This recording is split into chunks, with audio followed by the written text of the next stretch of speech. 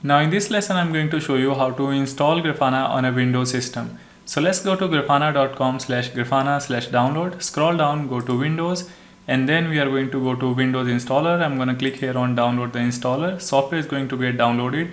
It is probably going to take just a few seconds because the software size is very small, and once it gets downloaded we are just going to click on it in order for installation to begin. Now if you have some software installed or any antivirus installed, it may try to block the software from installation. Then you can just in that case you can just click on more info and then you can click on run anyway. And now you can see installation has begun, and we just need to select next, accept the license agreement, and then here you have option of changing the directory in which you want to install Grafana. So by default it is going to get installed in C drive, program files, and Grafana labs. And if you are running it in production, I will request you to please do not install the software in the same directory where operating system is running, because if operating system crashes, the software is also going to crash, and it is not a good practice that you install the software in the same directory where operating system runs. However, since it is just a demo environment and I just have only C drive, I do not have any other drive in my system, so I'm just going to click on next in order to proceed with the installation, and then we are going to click on install. Now software is going to take probably just a few seconds to install as well.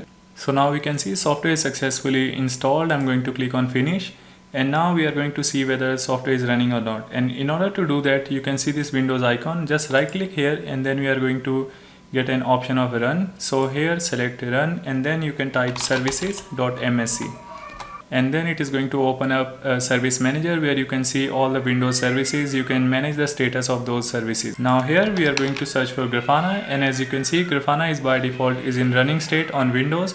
So that means Grafana is successfully installed, and now we should be able to go to localhost and 3000, which is the port, the default port of Grafana. Hit enter, and now it should be able to load user interface of Grafana. Now by default username and password is admin, so I'm just going to type admin, and then it's the same password, so I'm just going to copy and paste the password here. Click on login. If it asks for changing the password in production, it is always a good practice that you change the password, and otherwise you can just click on skip. And once we click on skip, it is going to show us the home page of Grafana. So that's it. You are now completely ready in order to go ahead and start using Grafana. See you again in the next lesson.